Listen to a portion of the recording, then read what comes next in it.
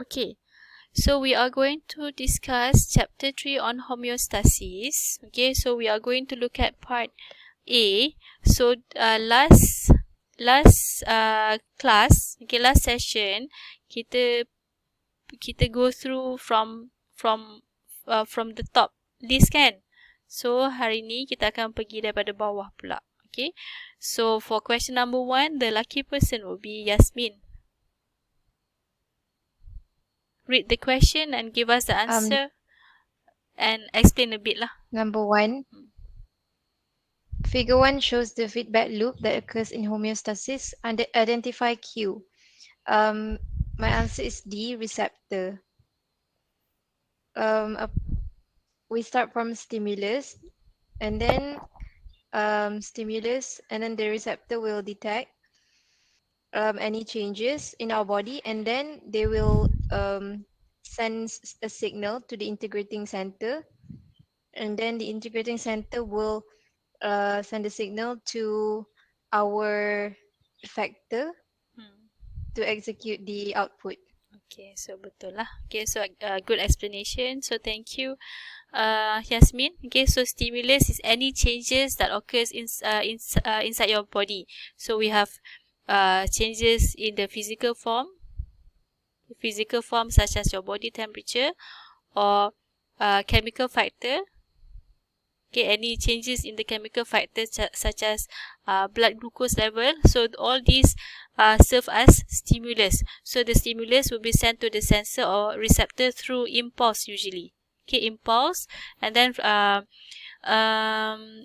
the integrating center, which is the brain. So the brain will figure out what is the correct mechanism. Okay, so it will send to the output in the form of either impulse or transmission of impulse from one neuron to another neuron, or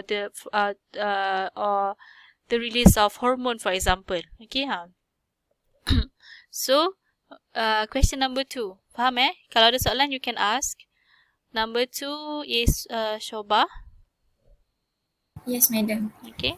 Number 2, figure 2 shows a positive feedback mechanism on the control of lactation. What happens at J? My answer is D.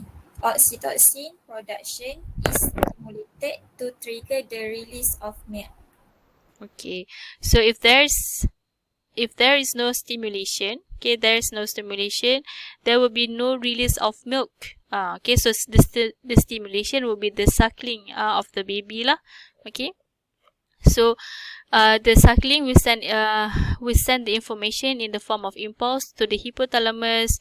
So the hypothalamus will instruct the posterior pituitary to release the hormone oxytocin. The oxytocin will go to the target cell. Target cell is what?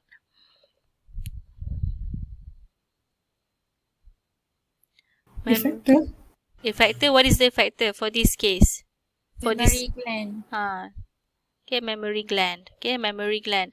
So ingat for oxytocin, it only release the milk. Okay, oxytocin only it only releases the milk. Release ataupun secrete the milk. Okay, producing the milk is another hormone, which is prolactin.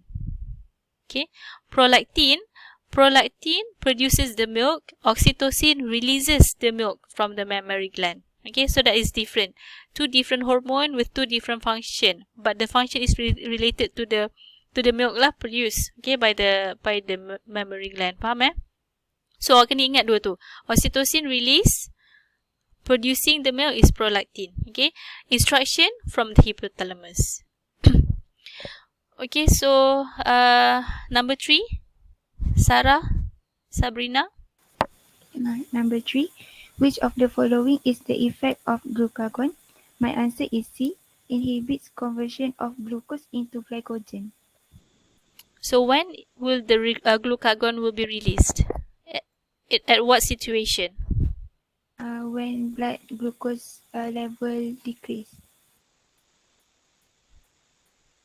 Blood glucose level decrease. So you are lacking glucose, you are lacking source of energy. So in order to get energy, so glucagon will be released to and the glucagon will go to the target organ, which is the liver, right? Okay, liver. So in the liver will be stored glycogen, right? Glycogen. Okay, so the glucose will break glycogen to its monomer, which is glucose, to increase back the blood glucose level to the normal set point. Okay, so that is one effect of the hormone glucagon. Another effect of the hormone glucagon is that it inhibit the conversion of glucose into glycogen. Sebab dia tak nak kan proses glucose.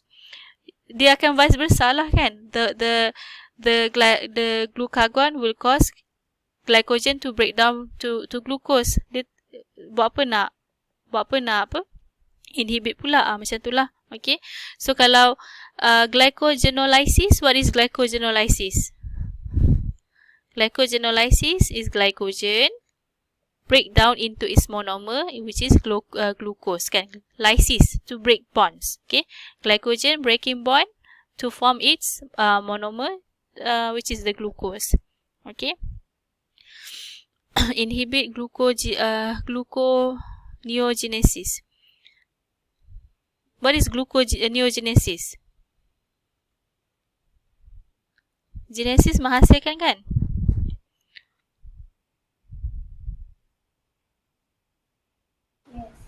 Yes. Okay. Sepatutnya ini adalah promote. Okay, promote gluconeogenesis. In your notes,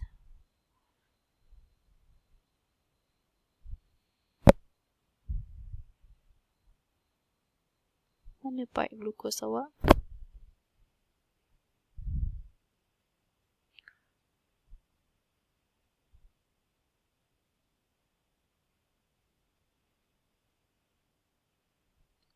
Check balik term gluconeogenesis. Ini tak silap saya.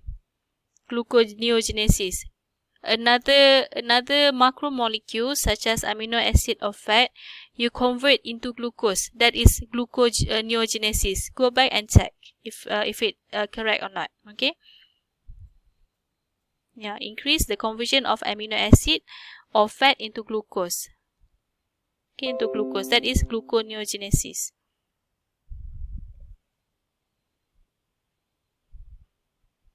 Betul tak? Okay. You cakap non-sugar precursors. Non-sugar precursor. Itulah amino acid or fats. Okay. So, ini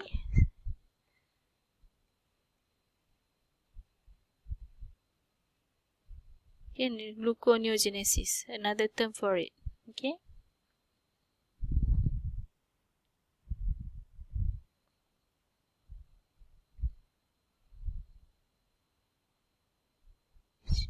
Betul tak? Betul. Okay. Okay, so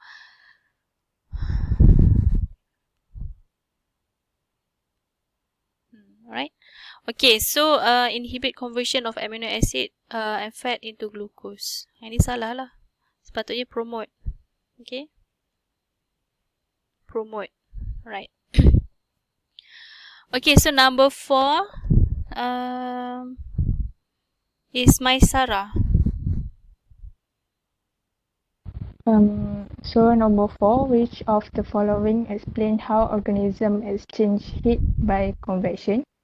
Exchange heat ni ada 4.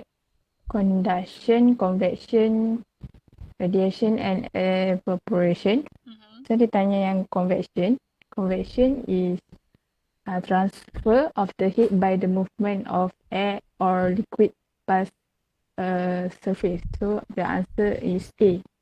Okay, cuba bagi contoh dalam everyday life awak ni, contoh berlakunya convection ni. Macam duduk dalam aircon. Okay, duduk dalam aircon kan. So the cold air will absorb heat from the body lah, from your body.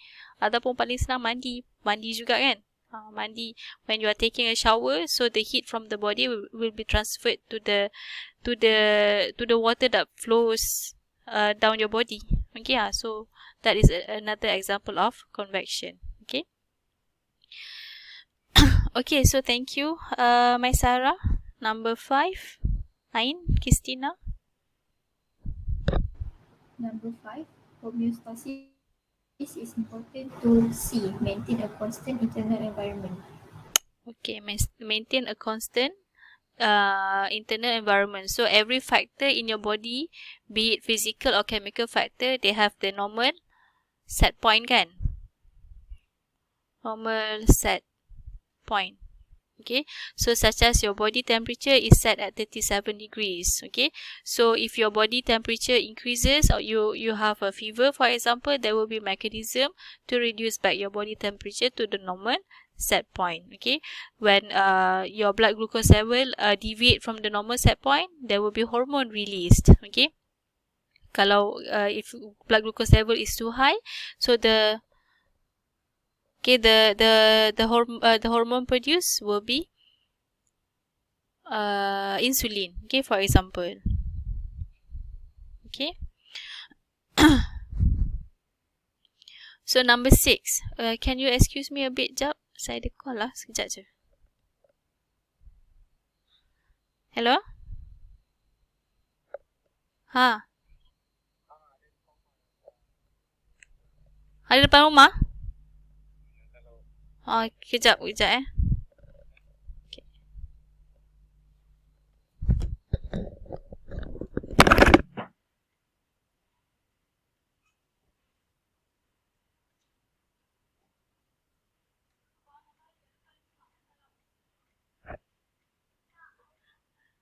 Mana kelas eh?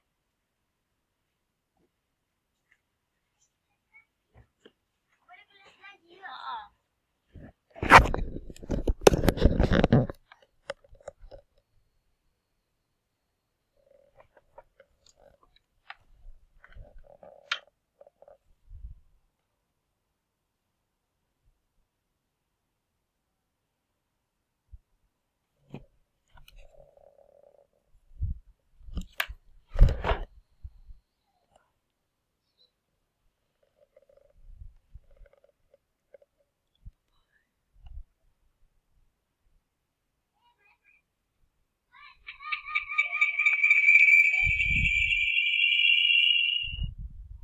Okay, so sorry for the interruption. Okay, so let us continue. Okay, so question number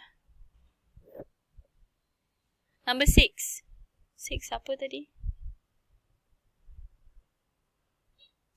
Sarah Christina dah kan? Tadi Ain Christina. Ini Sarah Christina pula. Number 6. Yes, madam. Okay. Okay. G is a process that transfers heat directly between objects in contact with each other, while H is a process that transfers heat by the movement of air or liquid past a surface. What are process G and H? My answer is A. G is conduction, while H is convection. Okay, so correct. Okay, so for this question, you just have to know the definition for conduction, convection, evaporation, and radiation, and you have to know the examples for each one. Okay, so macam mana conduction tu berlaku, convection macam mana dia berlaku, radiation macam mana, evaporation macam mana. So you have to know example for each of these heat transfers. Okay. Okay, so number 7 is Nadia. Miss Adam. Okay. Number 7. Animals whose body temperature varies with their environment are called poikiloterms. Can you give examples of how examples of animals that is grouped under poikiloterms?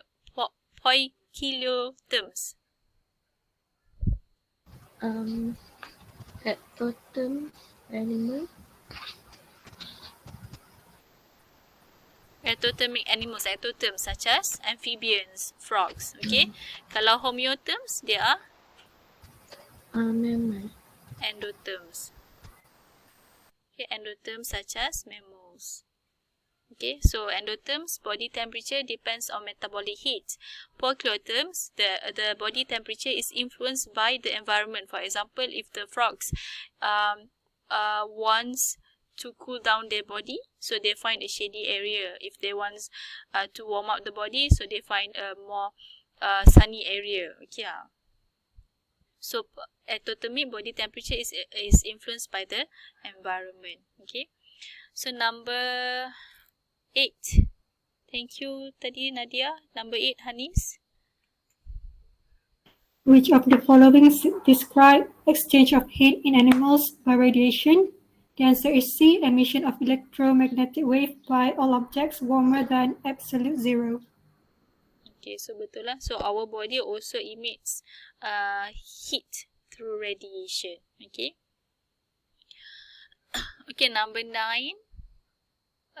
Erina.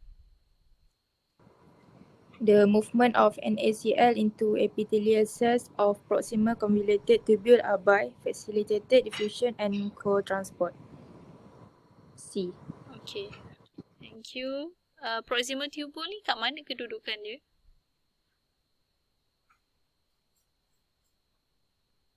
So you have After glomerulus. after glomerulus. It's actually after Bowman capsule. Okay.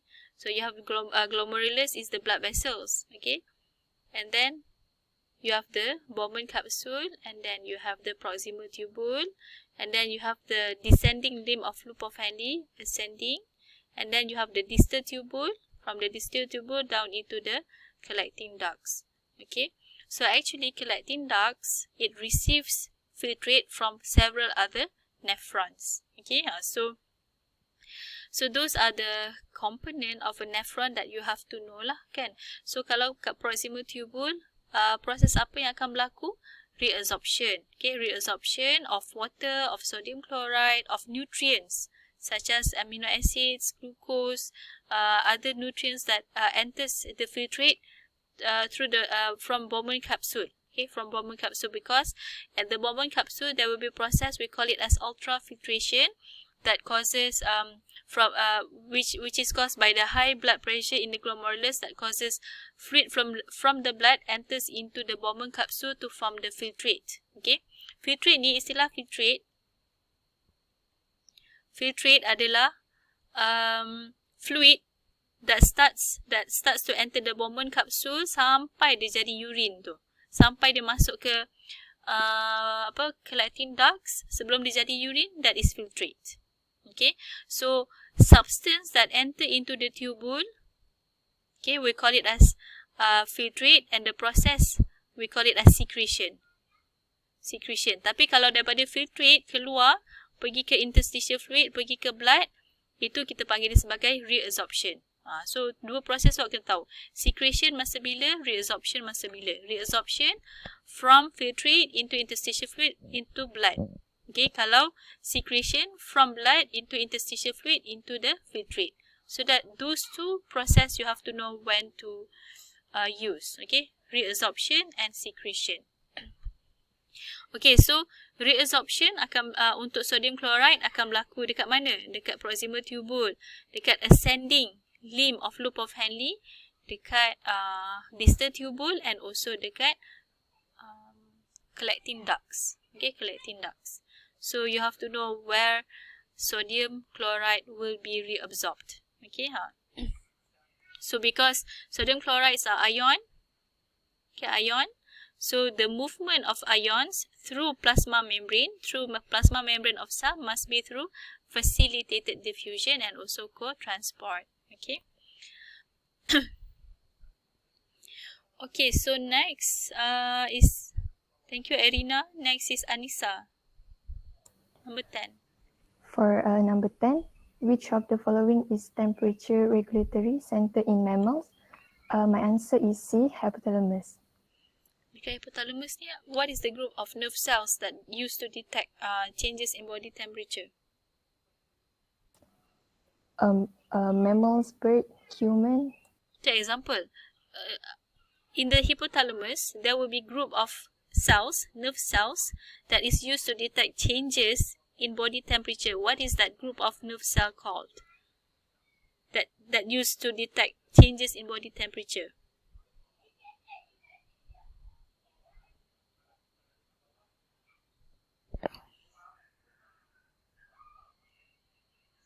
Apa dia?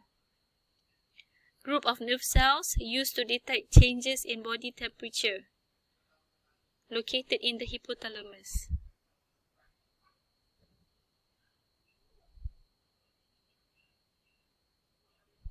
Thermoreceptor.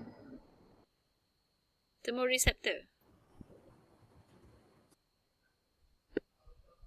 Thermostat. Okay. Thermostat. Okay, thermostat. Alright. So itu ada dalam nota awak lah. So you can refer back it to your notes. So thank you tadi. Alright. So hypothalamus ni, it has many functions. Okay. So number 11. Adeline. Yes. Number 11. Which of the following is not the effect of insulin in human body? So the answer is A. Inhibit conversion of fats to glucose. Not the effects of insulin in the body. Inhibit the conversion of fat into glucose. When is insulin released? Sorry, madam. The answer is D. Okay. Increase conversion of amino acid to glucose. Dah banyak gula dalam darah, dia nak convert lagi amino acid dalam darah.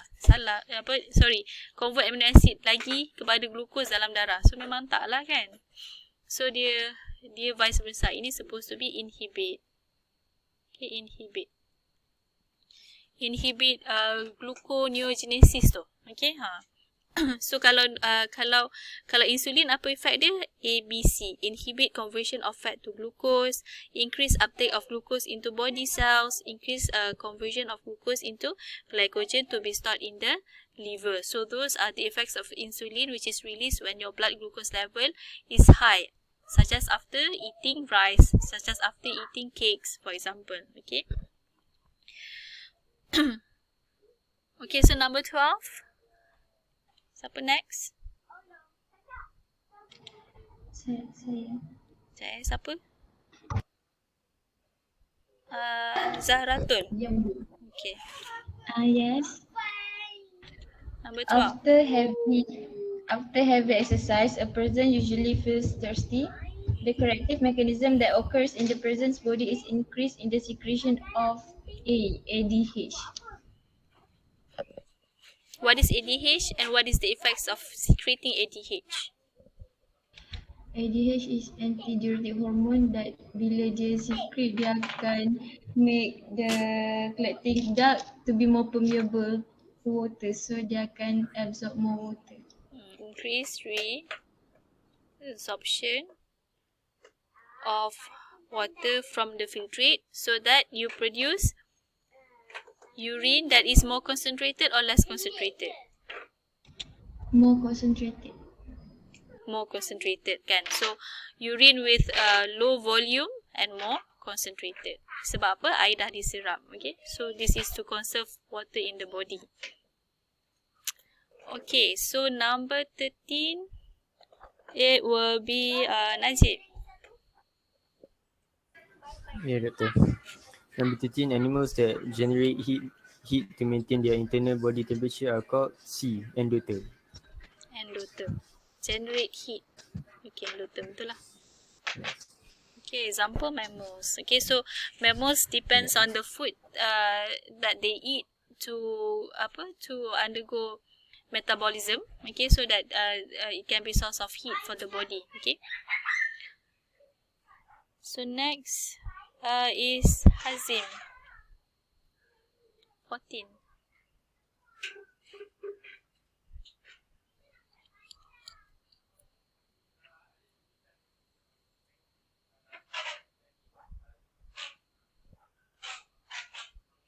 Mana?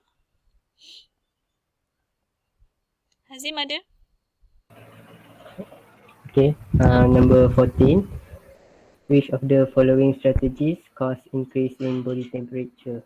B. Shivering. Shivering. Okay, so when you are feeling cold, so you will shiver. So the shivering will increase muscle contraction and produces heat. Okay, produces heat to warm up the body. Okay. So thank you, Hazim. Izzat, 15 please. In which part of the nephron does filtrate contain excessive amount of amino acids, glucose, and salts? The answer is C, convoluted tubule. Sure.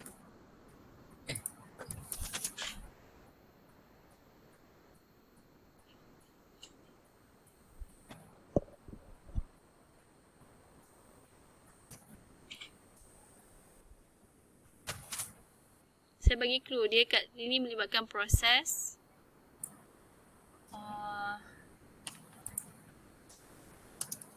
ultrafiltration.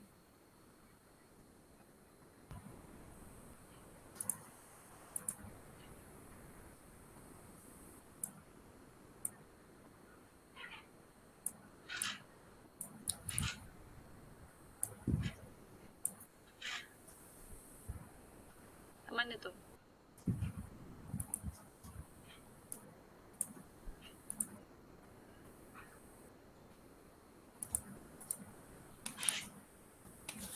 Bowman. Ha?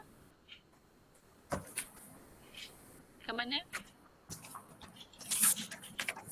Bowman's capsule. Bowman capsule. So why does the Bowman capsule contains all these elements in the filtrate? Because it envelopes the glomerulus. So,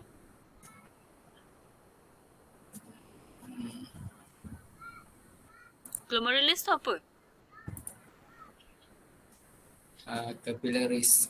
Blood capillaries kan? Blood capillaries ada darah. So, macam mana boleh terjadinya filtrate dalam Bowman capsule ni? Higher blood pressure forces fluid from the blood in the glomerulus into the lumen of Bowman's capsule. Proses tu kita namakan dia sebagai? Ultrafiltration. So due to the high blood pressure in the glomerulus, forces fluid in the blood to enter into the Bowman capsule, and this brings all the nutrients also into the filtrate. Tapi all these nutrients will be reabsorbed back into the blood dekat area mana? Dekat area proximal tubule kan. So proximal tubule is after Bowman capsule. So all this substance, valuable substance, will be reabsorbed back into your blood. Dekat awak punya neuron ni kan, dia ada glomerulus, dia ada Bowman capsule, and then dia ada proximal tubule tadi kan, lepas tu loop of Henle, and then distal tubule. Okay, distal tubule. So you have to know one thing, that okay, the tubule, okay, the tubule of the nephron will be surrounded by blood vessels. Okay, so dekat area proximal tubule and distal tubule, blood vessels surrounding the proximal tubule ni and distal tubule, we call it as peritubular capillaries. Okay, blood vessels surrounding the loop of Henle, we call it as the vasa recta. Okay, so reabsorption akan melibatkan substance to be reabsorbed from the filtrate back into your blood circulation surrounding the tubule. So kalau dekat proximal tubule, distal tubule, it is peritubular capillaries. Kalau loop of Henle, it is the vasa recta. So elemen tu akan masuk dalam aliran darah semula melalui proses reabsorption. Okay? Faham Faham. Okay. So number 16, Hanan. Tadi Izzat kan? So Hanan. Okay. Okay. Number 16, heat exchange between a lizard and the rock it is sitting on is called B, conduction. Conduction, okay? It's direct transfer of heat, okay, from objects that are touching each other, okay? So that is conduction. Awak usik cerit panas, so that is conduction, okay? So thank you, Hanan. 17, Isha, Sophia. In most cases, the blood glucose level of a person will return to normal levels even after eating sweets. This will not happen if the person's B, pancreatic beta cells are not secreting insulin. Soalan ni macam because conversion of glucose to glycogen does not occur. Okay, so betul lah. Soalan ni sebenarnya straightforward je, tapi cara dia put soalan tu dia macam twisted sikit. So nak menguji sama ada awak hafal ke awak faham. Okay, so that's why saya banyak kali emphasize jangan hafal tanpa awak faham. Sebab soalan macam ni lah, dia twist sikit ayat, awak dah lost dah. Okay, so dikata in most cases the blood glucose level of a person will return to normal level after eating sweet. So dia nak cakap ini blood glucose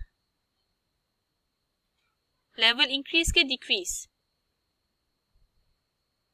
Increase lah kan. So bila increase mestilah hasilkan insulin. Okay, insulin to bring back the blood glucose level back to normal. So kalau yang menghasilkan insulin adalah beta cell kan. So obviously jawapan dia ni lah. This will not happen if the person does not secrete any insulin kan. So kalau tak hasilkan insulin, tak boleh lah nak bring back glucose back to the normal level, right? Faham ayat ni? Soalan ni macam twisted sikit, tapi awak kena fahamkan situation dia. Boleh Boleh. Okay. Okay, so number 18. Khairil. Which is the following is not part of a nephron? A. Vasa recta. Vasa recta. Because why? Why is vasa recta not part of a nephron?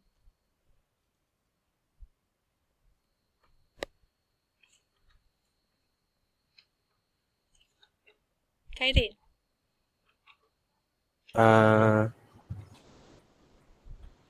Because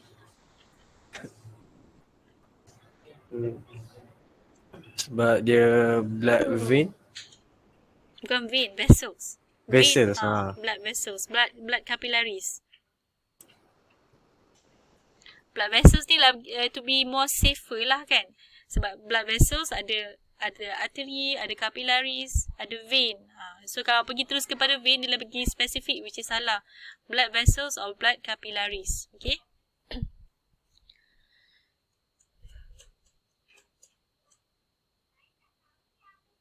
Okay, itu kalau nephron ni awak kena ingat turutan dia. Glomerulus, Bowman capsule, proximal tubule, loop of Henle, distal tubule, and then collecting ducts. Okay, collecting ducts, it collects filtrate from several other nephrons. Okay.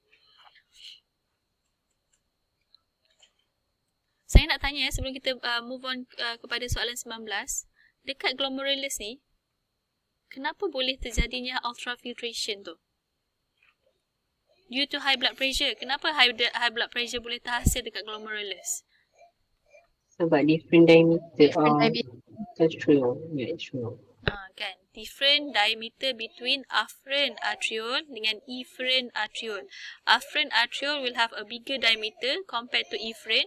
So imagine lah kan, darah yang lalu at high pressure daripada laluan yang besar nak keluar melalui laluan yang kecil, obviously in the glomerulus it will create a higher blood pressure. Okay. Okay, so number 19, Anas. Okay. All of the following are rules of insulin in reducing blood glucose level except for C, stimulating glycogenolysis. Glycogenolysis. Okay, glycogenolysis, glycogen kepada glukos, kan? So bukan efek insulin lah, sebab insulin blood glucose level dah tinggi, awak nak rendahkan balik semula. Glukos dah banyak dalam darah, awak nak rendahkan balik semula. Glukos will be stored in the form of glycogen in the liver. So memang tak nak stimulating glycogenolysis lah, faham? Boleh Boleh. Okay. So insulin ada effects of insulin is promoting fat storage. Okay, fat storage. Awak makan kek banyak. Okay, kek tu gula. Tiba-tiba kenapa awak boleh jadi gemuk? Sebab the excess sugar you are not using as energy, and the excess sugar dia dah penuh dah simpan sebagai glycogen dekat dalam liver, yang the rest akan simpan dalam adipose tissue sebagai lemak. Okay, so makan nasi gula, tiba-tiba makan banyak jadi gemuk. Sebab the excess sugar will be converted as fat and stored in the adipose tissue. Okay. Okay, so number 20 is Ainin. Number 20. Why is ectotherm likely to survive longer without food than an endotherm of equal size? Answer is A. Heat source of the ectotherm is largely environmental. Okay, so why is Environment. betul lah A. Why is ectotherm likely to survive longer without food than the endotherm? Okay, so sebab dia punya suhu badan of ectotherm ni does not depend on the food eaten by that animal. Okay, so it depends on the surrounding temperature, surrounding environment. Right?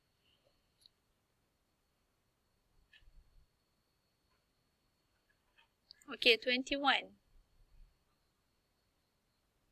is Fikri.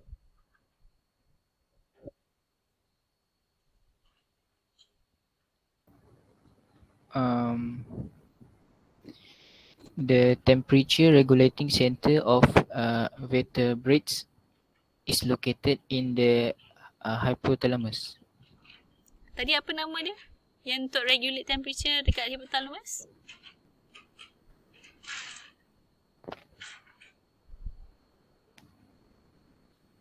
Thermostat. Thermostat. Okay. Thermostat. Okay. 22. Ameh.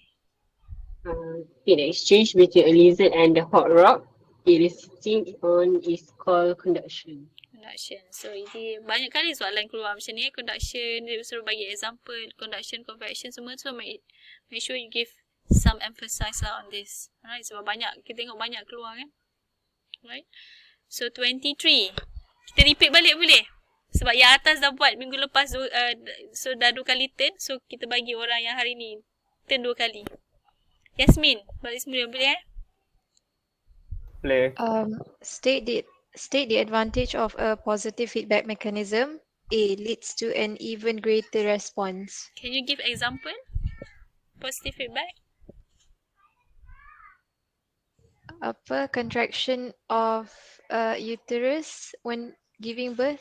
Okay, betul So kalau positive feedback ni kan, you have the normal set point. So through positive feedback, dia akan, kalau increase, dia akan increasekan lagi. Kalau decrease, dia akan decreasekan lagi. That is positive feedback. Tapi kalau negative feedback, kalau factor to increase, dia akan decrease ke normal set point. Kalau decrease, dia akan increase to the normal set point. Tu beza positive and negative. Okay.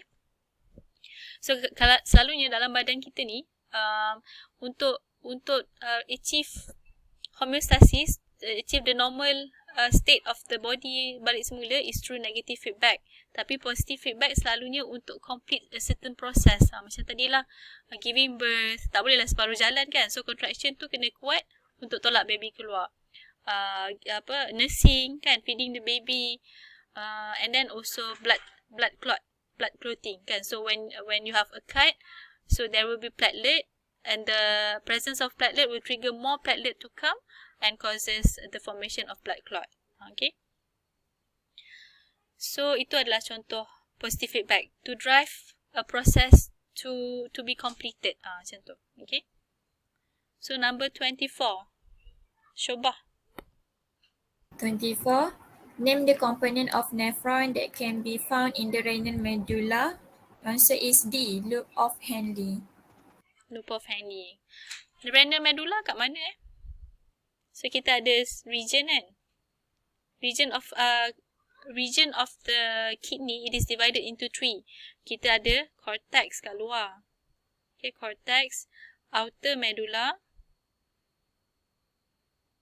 and inner medulla. Okay, medulla. So cortex ni kedudukan glomerulus, Bowman capsule, proximal tubule and distal tubule. The loop of Henle dekat medulla region, outer and also inner medulla. Okay. Okay, so next 25.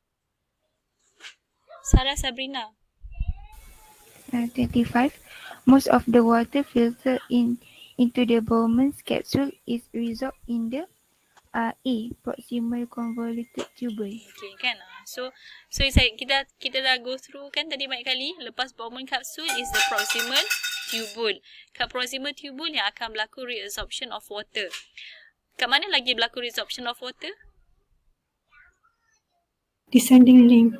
Descending limb of loop of Henle akan berlaku reabsorption of water lagi. Collecting duct. Collecting duct akan berlaku reabsorption of water lagi.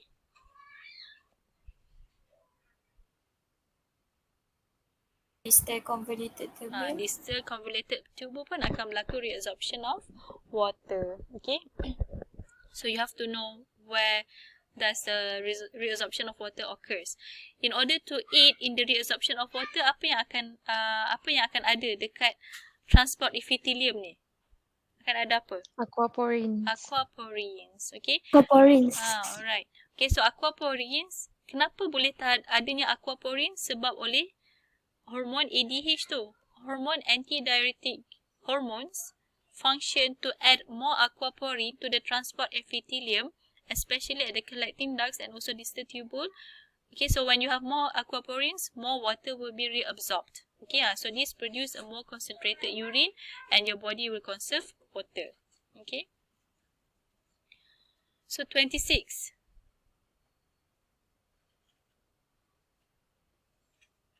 Tengah azan kita break sekejap. Okay, madam. Okay.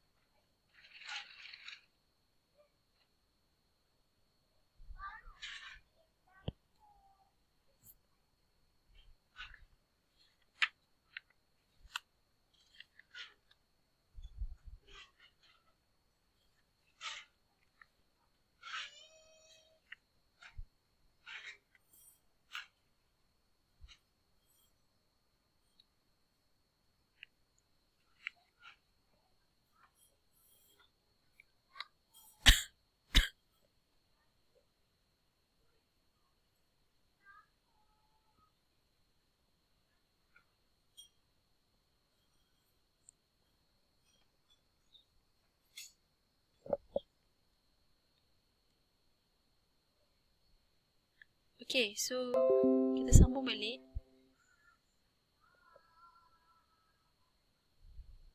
Tadi siapa Last sekali tadi.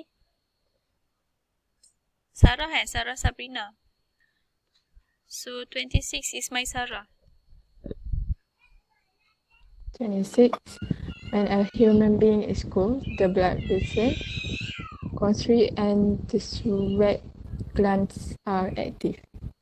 Okay, so betul constrict and the sweat gland are inactive. So when you are feeling cold, the blood vessel will constrict. So this is to reduce blood flow to the superficial blood vessels at your body surface. So when less blood flows to the body surface, less heat from the body core will be released. Faham Madam, Ya. kalau contoh macam keadaan pula, kalau keadaan sejuk, so human tu rasa nak nak buang air. So tu adakah disebabkan oleh dia punya blood vessel dia constrict, so dia punya blood pressure dia high, lepas tu dia jadi laju dan menyebabkan dia rasa nak kencing. Macam mana? Boleh jadi kan, boleh jadi juga macam tu kan. So blood vessels constrict, so blood vessels constrict, so you put more blood pressure lah kot kan, so it causes you to urinate more. Okay, madam. Okay, so thank you. 27, Ain Christina, please. 27. Which of the following is a function of skin? My answer is E. All of the above. Okay, so all these are the function of the skin. Ini choices untuk skin ni sebenarnya dia merangkumi untuk chapter homeostasis dan juga if you look at here pentogeny, chapter immune, nanti kita akan tengok the function of skin also. Okay, so 28, the next person, Nadia. Nadia ke Sarah Christina? Saya madam. Okay, Sarah Okay, 28. 28. Which of the following is an example of negative feedback? My answer is E. All of these are example of negative feedback. Okay, so betul. Untuk awak punya soalan peringkat asasi ni, dia tak sampai E Kita sampai D je. Alright, so ini soalan dulu. So soalan dulu dia sampai E. Soalan yang syllabus sekarang sampai D je choices dia. Alright. So tak apa, jadi sebagai awak punya nota. 29, Nadia, please. 29. Painting observed in overheated birds and mammals dissipates at a state by evaporation. Evaporation. Okay, so this is when the animals are feeling hot to release excess heat is through panting, evaporation. Okay. 30, Hanis. Which of the following statements is not correct? My answer is B. Ectotherms do better in cold climates. Okay, so ini salah lah. So ectotherms does not do better in hot climates sebab kalau dia sejuk, tempat sejuk dia akan matilah lagi kan. So that is the answer B. 31, Irina. The tube leading from each kidney to the bladder is the B, ureter. So from urinary bladder out is urethra. Okay. 32, Hanis. Osmoregulation is concerned with control of body's water content. Okay. Okay, betul. So last person, Adeline. Which feature of osmoregulation is found in both marine and freshwater bony fish? The answer is A. Loss of water through the gills. Okay, so if you look at question 33 ni, jawapan ni sebenarnya E. Tapi soalan 33 ni, dia untuk syllabus dulu sebenarnya. Okay, so ini dah out of syllabus actually. So dulu kita ada belajar osmoregulation for fish, for bony fish, for cartilaginous fish kan. So ini kita tak belajar dalam punya syllabus. So this is out of a syllabus actually. Tapi jawapan dia adalah E actually. Gain water through foods. So ini tak apalah, saya tak explain. Ini tak ada dalam syllabus awak. Dah lagi. Okay. Okay, so that's it. The end of discussion for part A. So I hope that you understand what has been discussed in this session.